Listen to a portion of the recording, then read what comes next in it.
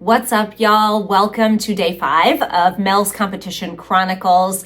I truly appreciate you coming along on this journey with me. Tonight, I wanted to talk about hormones. So I went live on my Instagram tonight with a functional medicine doctor from Michigan to talk about hormones and HRT, hormone replacement therapy, more specifically bioidentical hormone replacement therapy. And I thought this was a perfect conversation to have with you tonight as well, because hormones play a big part in your journey to stepping on stage. Whether you are an enhanced athlete or a natural athlete, your hormones are still going to come into play. Story time, this past summer, I was just not feeling well, and I started to notice in my business that I was really struggling to focus and prioritize tasks. And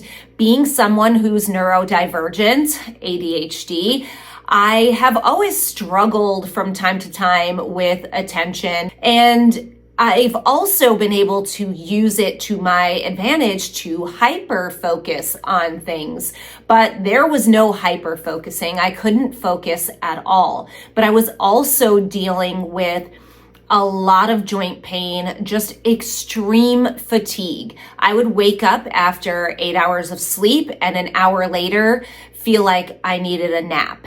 It was more than just exhaustion. And then in the gym, I was not feeling as strong, not feeling as fit as I was just months before. I was also in a building phase, knowing that I was going to be competing in April, and I needed to put on some good mass in order to cut for my competition. But I noticed that I wasn't really putting on muscle mass at all. I was putting on a lot of body fat. I also had just an overall feeling of being unwell. Like I just didn't feel good, and I just didn't feel like myself. And this went on for probably 5 or 6 months before I finally decided to reach out to a functional medicine doctor. Thanks to one of my mentors and coaches, Janelle Wheel. Shout out to Janelle. She's an amazing coach. She had referred me to a functional medicine doctor that she was seeing because she had some of the same symptoms. And of course, I had a full hormone panel done, all of my androgens, so your sex hormones, all of my glucocorticoids, all of my metabolic hormones, and got these test results back and realized that I had some pretty severe adrenal insufficiencies. So my adrenal glands were not producing the right amount of hormones. And anytime you have a hormonal imbalance, there's a chain reaction. And if one at the top is imbalanced, often there are more hormones that are affected in your body. I was not producing any detectable testosterone, no estrogen, no progesterone, and then my cortisol was really low.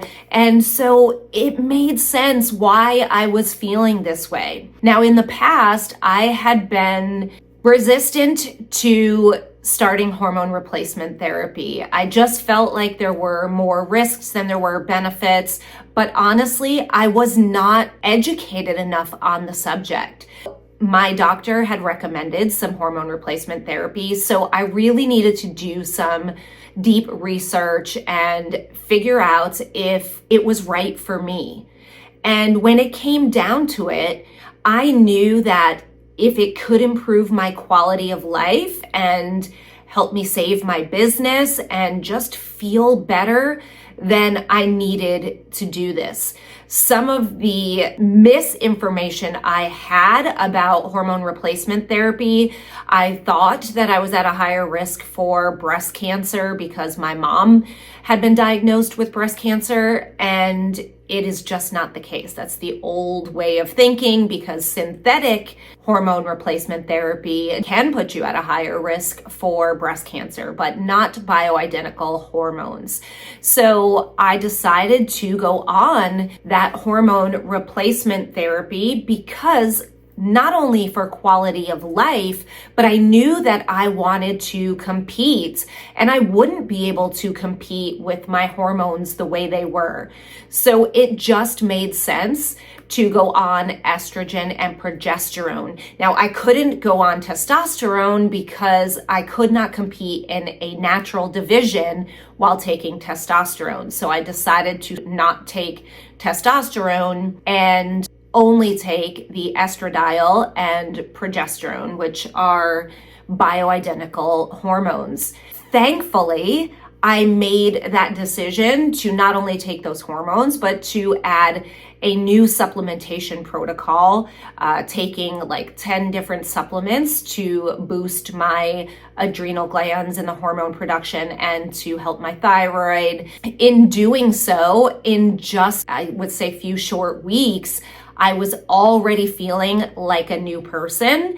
And 2 months later, I had all of my hormones tested, which was back in December, and they were all within range. So I knew that it was safe for me to compete, because this is something that you need to know as a woman who may be interested in competing, that it can really affect your hormones because you're going into a very deep calorie deficit. You're depriving your body of carbohydrates. You're putting that extra stress on your body. The entire process of prep is stressful, so it's going to affect your hormones.